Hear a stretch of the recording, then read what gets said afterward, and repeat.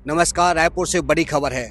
नया रायपुर स्थित triple IIT में एक थर्ड ईयर के छात्र ने 36 से ज़्यादा छात्राओं के फोटो लिए और उन्हें एआई टूल्स की मदद से अश्लील बनाकर कई जगह अपलोड करने की तैयारी में था।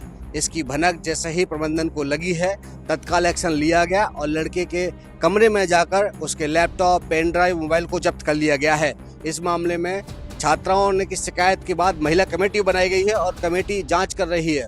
साथ ही इसके तकनीकी पहलुओं पर भी मामले की जांच की जाएगी। इस मामले को लेकर गंभीर प्रबंधन ने आरोपी छात्र के माता पिता को भी सूचना दी है और छात्र को निलंबित कर उसे घर भेजने का निर्देश दे दिया है।